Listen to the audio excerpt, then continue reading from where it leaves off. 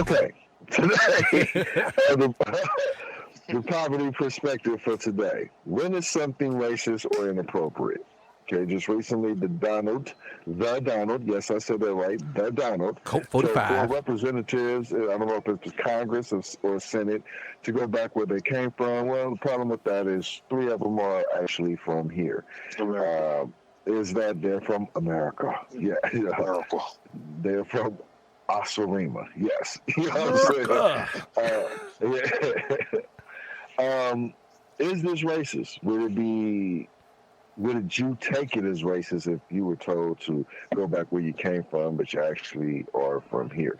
Now, one, I do believe, I don't know where she was born, but one is still a legal citizen here, I believe. Washington. Don't quote me, but I believe she's from the state of Washington. Well, I was talking about the one that is not from the country. There's only one that's not from the country, and I forget her name and what country she's from. But either way it goes, she's done the work to become a citizen here now, I believe, so it still was an irrelevant statement. But the question is, again, would that be considered racist? It's all racist. Would it be taken as racist? Tell somebody to go back to their country, regardless if they're from America or from another country, is racist. Yeah, it's racist. Okay, so you guys agree that it's racist? Correct. And to what 2 races hear that the most? Well, that's not the point. We're not getting off the perspective. I'm just saying, you guys agree that would be racist. You guys would consider that racist, right? Yes, that's a racist statement. Okay.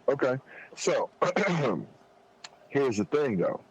In true Trump form, the first thing he does, to clear it up, he goes on the, I believe it was a broadcast, or what channel it was, I'm not sure. It might have been probably Fox, huh? It probably was Fox. Either way it goes, he goes on the damn show and he says that he didn't mean it in that manner. He was just saying, if you don't like America, why complain about it? Go away. I could see where one would have that perspective, that's in that mindset. Then he had another rally where individuals were shouting, I believe, something along the lines of "Go back home." And in another press conference, he claims that he didn't like it. They said that, but he's the very one who incited the statement. Now, here's the thing. We're always going to be offended by the slights that we can identify with. It's just our nature. I personally don't want anyone to be censored, because if that ever really happens, black folks will be the first ones being silenced. And that's just per historic events in this country. I feel it's fair to assume as much. We talk about culture appropriation. When an Asian break dance better than us, that's culture appropriation. I've heard that. But we don't seem to have that same energy when a young black girl wants to wear a kimono, just like for fashion, just because, which I think is still dope. The Wu-Tang Clan definitely incorporated a lot of the Asian martial art culture into their whole hip-hop movement or whatever, and to me, it fit perfectly. It was dope. Just my opinion. But is that culture appropriating, though? Is that culturally appropriating another's culture? Okay? or when black people get together and make fraternities and they represent it with the Greek name, is that culture appropriation? And so on and so on. So is it simply the horrific history that our people have in America that cause us to deem something racist or appropriation, as opposed to some of the seemingly same things we do? Ponder that question. Does it? Is it? Yeah. Can it be that just because what we went through historically and still go through in America, that we see things as racist and culture appropriating, but we don't have the same radar when we're doing the same thing? Is it because of our history here that allows us to see with such tunnel vision? I think it's a good question. Okay.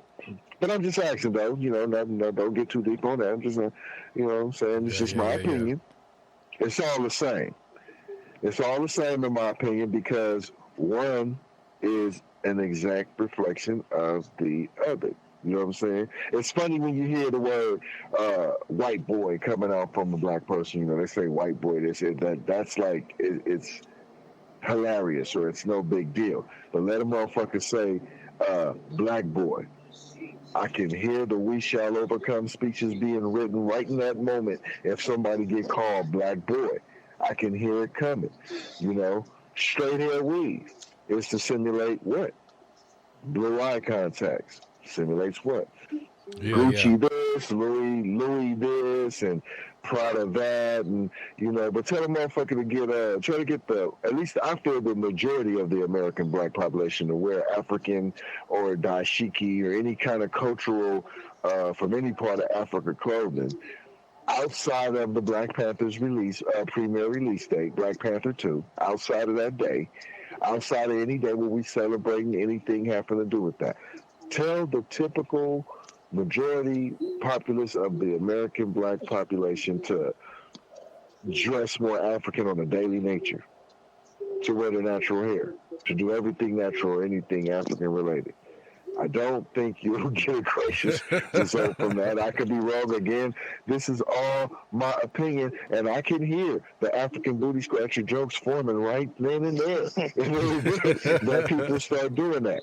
White Chicks, the movie, shout out to the Wayans brothers, hilarious. Yeah. But Loquisha brought many of our people to outrage. Why? Loquisha is the story of a white man who goes on the radio and portrays a black woman's voice as a personality, and people are up in arms about that. But we thought White Chicks was hilarious, which is the story of two black police officers dressing up like white women to infiltrate some kind of crime syndicate. What's the difference? I don't know. One is visual and one is not. When do we move from...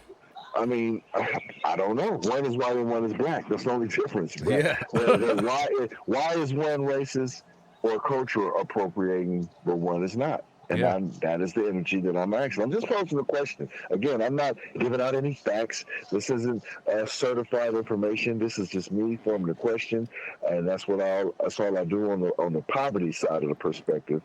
But when do we move from comedy on into this is racist or this is across the line? What's too far? Comedy is under attack. Don't talk about homosexuals or you're phobic. But you can talk about race jokes, cripple jokes, health jokes, death jokes, anything else that can hit a nerve and upset folks. That's on the table. Why? That's all I'm asking y'all. You feel me? Why? You know what I'm saying? I don't have the answer, though. As usual on these segments, I don't have the answer. I just, like I said, I just pose questions.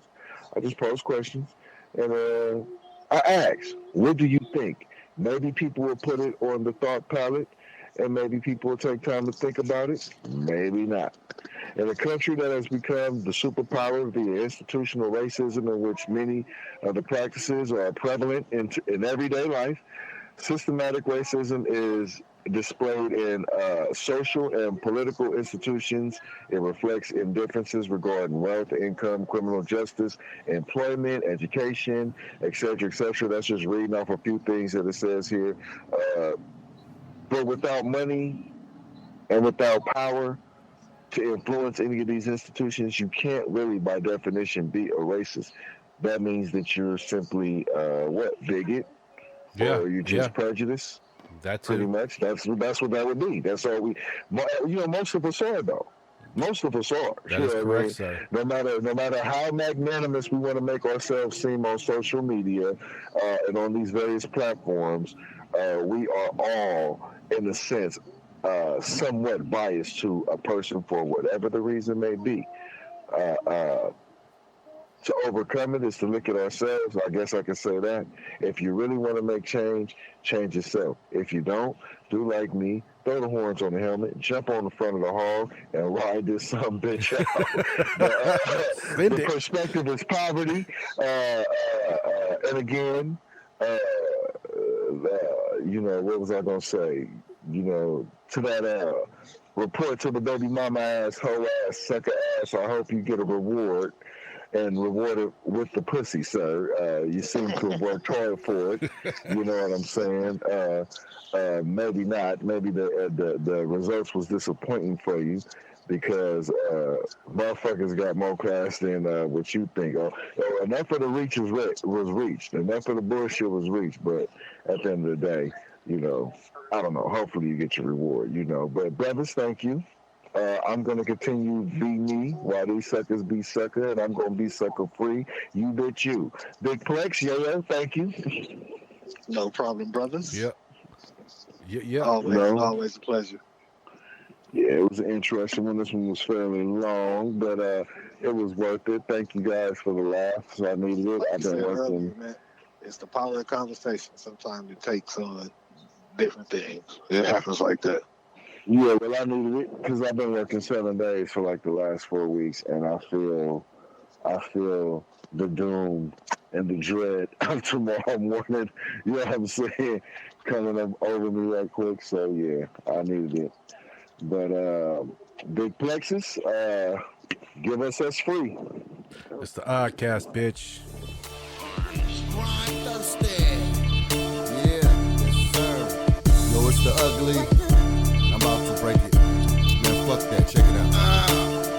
Power and momentum. Vocal bullets bring the host to your building. Same time, feed the souls of your children. Closed minds get exposed to the vision. Same time, double-edged sword to the throat of the serpent and kingdom. Kinda hard not to walk in the blues. Hard to walk the avenues where they ain't got no shoes.